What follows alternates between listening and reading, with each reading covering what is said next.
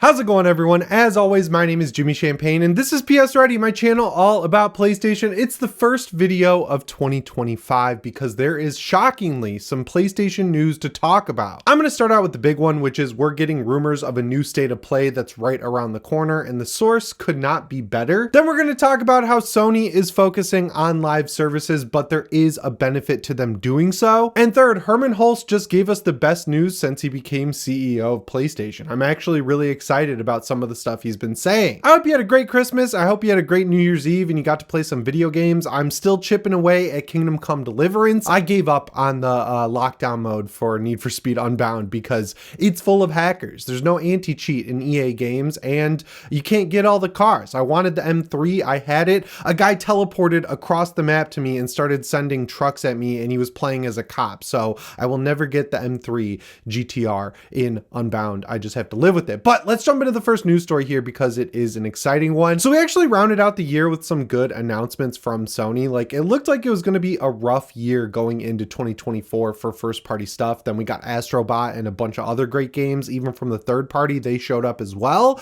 We want the first party games though, and we have a couple to look forward to on the horizon. It looks like Wolverine is going to take a little bit longer than people anticipated because apparently they're doing a full creative reboot on that game, which I don't understand with how long it's been in development. But we of course also have Ghost of Yotei to look forward to. We have Death Stranding 2 potentially this year to look forward to, and then Intergalactic from Naughty Dog. I think that's going to be a not 2025 game, but you know, we want a state of play to let us know what else is on the horizon. And if this source is to be believed, it looks like the next state of play is right around the corner. So this is coming from Alex Smith, who shared stuff before and been right, but the reason I believe what he's saying is because he used to work at Ben's studio and he's one of the co-creators of the Siphon Filter franchise, which is awesome. And what he said is the next state of play will be held on January 30th and it'll feature the dates of Death Stranding 2 and Ghost of Tsushima plus a big multi-platform reveal. Now that's awesome, right? Like for 2025 we've got Ghost of Yotei, the sequel to Ghost of Tsushima, which is one of the like sleeper hits I would say for PlayStation. Not when it came out, but leading up to it people really didn't know whether or not to be excited for it just because it wasn't previewing well, and then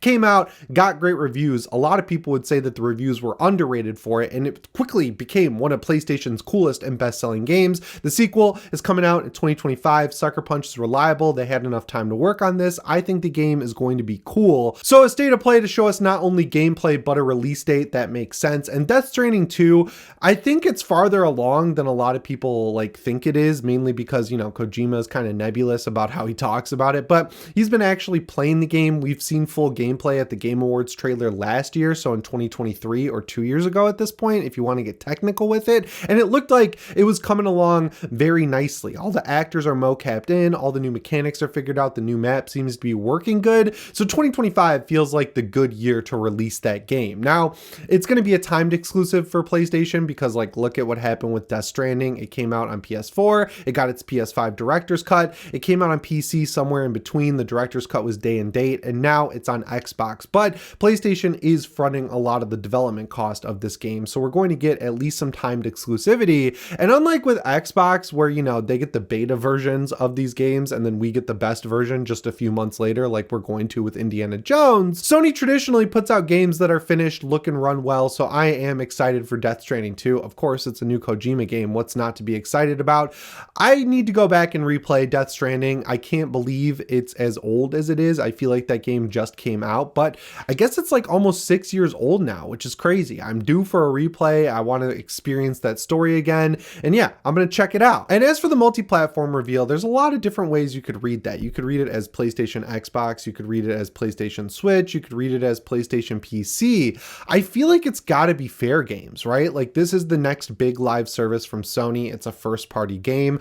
With any live service game, I personally don't really care whether or not it's exclusive to PlayStation. I want these games to thrive for reasons I'll talk about later in the video. But yeah, if you're going to make a live service game, you need the biggest audience possible. And as we saw with Helldivers 2, which released on PS5 and PC day and date, that really helped the game kind of explode. Like, it did well on PlayStation, but it did so much better on PC, and that community kind of kept it alive as console gamers started to fall off, because I don't know why, but that game was just absolutely huge on PC. So if they're going to release fair games, which looks like Sony's take on something like, I don't know, Payday 2, 2, you'd want that PC audience at the very least. I hope it's not on Xbox and Switch. I mean, I don't know. Things are so different now that like you never know what's going to be on what console, and we're careening towards this future where there's no brand identity anymore. But I'm just hoping that Sony follows in Nintendo's footsteps instead of Xbox's and doesn't put their biggest and best games on other platforms, right? Like even the live service games where I don't care so much, I just don't want to see them on Xbox because I just don't. I want them on PlayStation. I want that exclusivity. I want that brand loyalty to stay strong because that matters to me. I'm not this like kind of creator who's a liaison between the developer and the gamer where I'm trying to explain why businesses are doing what they're doing to gamers. I'm trying to give you the perspective of a gamer on YouTube. And as a gamer, I've had the best experiences on PlayStation when things were kept exclusive for me, a PlayStation owner, and I'd like to see that continue into the future. Other games we could see at a state of play, of course, you guys know I'm going to mention it, Resident Evil 9. Where is this game? It was PEGI rated towards the end of last year. We thought it was going to show up at the Game Awards. We thought it was going to show up at some showcase from Sony. Hell, maybe we even thought it was going to get its own event. We know it's out there. It's been a while since Resident Evil Village and Resident Evil 4 Remake. They were on a really good cadence for a while, releasing at least one Resident Evil game a year for a long time. Like starting with Resident Evil 7, we went right from that into Resident Evil 2, then Resident Evil 3 Remake. There was re-releases of stuff like Revelations and the remakes and everything like that. Then we got Resident Evil 4 Remake. Like we have so many Resident Evil games for a long time, and then when Village comes out and then 4 comes out,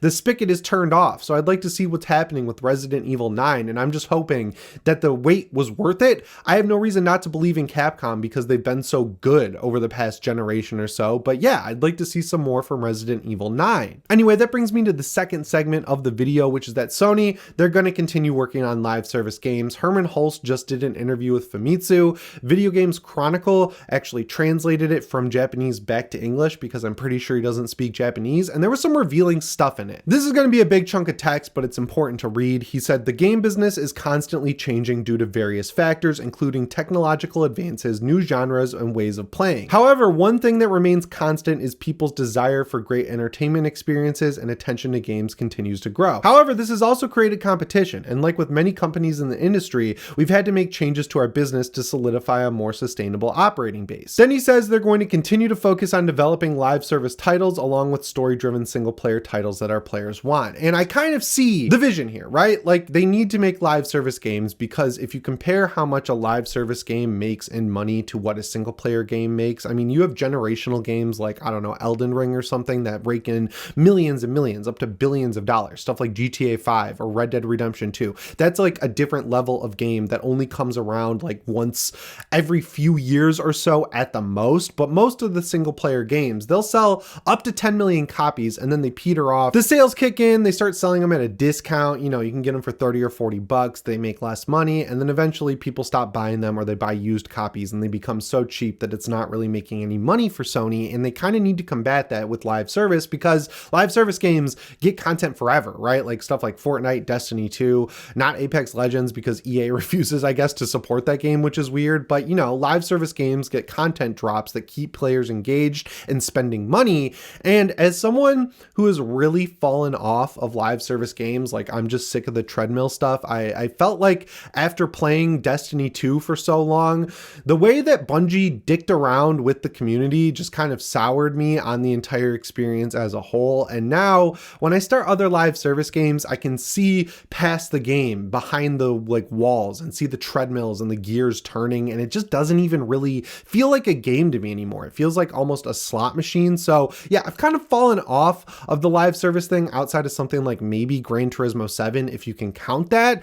I'm fine with people who love live service games and still enjoy playing them kind of bankrolling the single player games I want to see, right? Like if they have a big excess of money that they can spend on developing these titles that will then come out and not need to sell as many copies to become profitable, like, you know, an Astrobot level of a release, and we'll see more stuff like that, I'm fine with that, you know, as long as they don't entirely focus on just doing live service games and they make sure to pepper in a lot of single player stuff in between, I'm happy. And with what we know about 2025, like I just talked about, where we're going to get Ghost of Yotei and Death Stranding 2, those are two massive games that are coming out all in the span of 1 year directly from Sony. and they're a little bit different than something like Stellar Blade, which was a first-party game in the sense that I guess Sony bought the IP, but they don't own the studio Shift Up that makes it, so it's kind of like a second-party game. Same goes for something like Silent Hill 2. Sony has brand loyalty or like brand synergy with the Silent Hill brand just because so many of those games were prolific on the PS2, but they don't own it, right? Like, it's not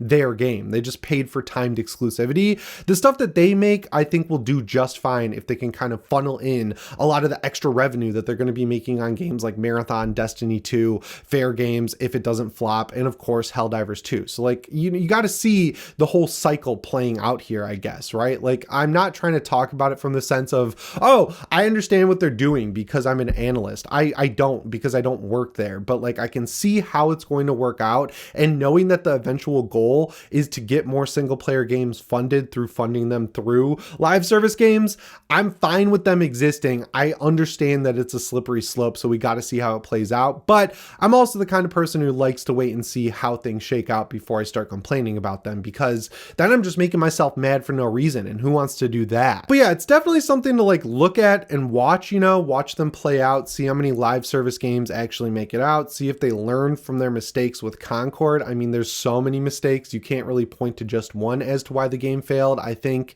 the art style was bland and bad. I think the whole model was kind of dumb to do in 2024, like a hero shooter. I know Marvel Rivals took off, but it's a free-to-play game using the Marvel IP, and it actually respects the IP and doesn't change it around to like meet some weird demands from a small part of the community that's not even going to play the game, like they did it right, whereas Concord just didn't really know what audience it was going for and bit the dust because of it, and they were overconfident. So if they can kind of approach something like Fair Games, trying to make it the best game possible first and foremost, and also a good live service that can be a new Payday 2 because Payday 3 is a mess, I think that could be cool. I have to wait and see, obviously, because we barely even seen gameplay from it, but if that works out, hopefully they kind of learn lessons from not only Concord, but their successes as well, and then they start generating new good live service games. But anyway, that brings me to the third part of this video, which kind of ties into the whole ideology of this video, I guess, which is that Sony is doing different things. They're not putting all their eggs in one basket, and one of the cool things that Hermen Hulst revealed in this interview is that they're looking back on dormant IP, which is awesome, because if you guys have been watching the channel, that's what I've been begging them to do for the past year. Like, there's so many great PS3 era and even PS2 era games that they just don't utilize, and they're just languishing, collecting dust, and they should just give some money to these franchises and smaller studios and see what comes out of it. But first, I'll tell you the quote, and then I'll tell you the games that I think they should prioritize. He said, "The various IPs that we own are an important asset to PlayStation, and as part of our efforts to strengthen our portfolio, we are continually looking at opportunities to leverage past IP as well as develop new franchises." So I think what he means there is what they just did with Killzone. I know there's a big controversy over that. I don't really understand why, because if you played Helldivers, you had enough money to buy the Killzone skins, and they were good skins, they were good weapons, but like, they relented and gave half of them away for free. I'm not going to complain about that, but I'd like to see them actually develop games. Starting with Killzone, I feel like that's self-explanatory. It's an awesome name. It's got awesome art design. The Hellgast look incredible. The shooting was great. It was a graphical showcase for Guerrilla and PlayStation back in the day.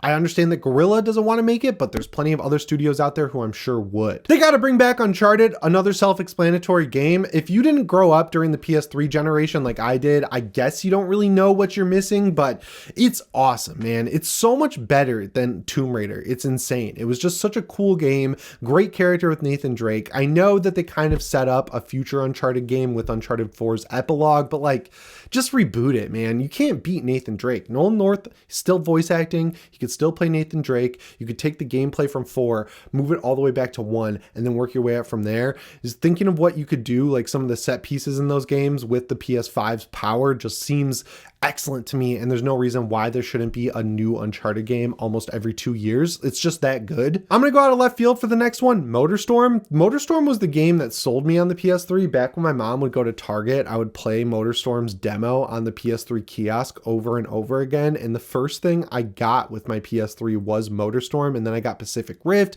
and I even got Apocalypse. I thought it was great. I understand why people didn't really love Apocalypse, because it kind of got farther away from the whole point of the series but it was just a great series, and even the PSP version was good. They don't have a lot of racing games. They just have Gran Turismo, and I feel like there's room in the slate, the IP slate, to have an arcade racing game. I don't feel like that's asking for a lot. And with how great graphics have gotten, and with how homogenized the racing genre has gotten, where everything is just Forza Horizon now in the arcade space, they could do something really cool if they brought back MotorStorm with even just a remake of the first game. Like, go back to basics. People are sick of bloated stuff and they just want fun, simple, gameplay oriented games, and MotorStorm exemplifies that. You knew this was coming, but where's SOCOM? Guys, extraction shooters are huge. You got Bungie making Marathon and everyone's kind of down on it. SOCOM is sitting right there. It's your military shooter franchise that's been gone for so long that I feel like if you changed it from what it was into an extraction shooter, that would just work excellently. And then finally, Resistance. Resistance was awesome, man. I loved it. I thought it was so good. Resistance Retribution on PSP was one of the best PSP games. A lot of people are nostalgic for Resistance 2, but the third game was the best. I don't know why people didn't buy that game, but it was just a great single player, story-driven first-person shooter, and it was the peak of Resistance as a franchise, and no one bought it, so they killed the franchise. Now Insomniac is making like Wolverine and Spider-Man and everything else. Let another studio do it. Incubate a small studio, let them take the IP, let them make a new Resistance, and if they're good, buy them, just like you have been throughout your entire history, Sony. It's that easy. But yeah, that's the end of the video. As always, my name is Jimmy Champagne. I'll see you in the next one. Thanks for watching, and shape on.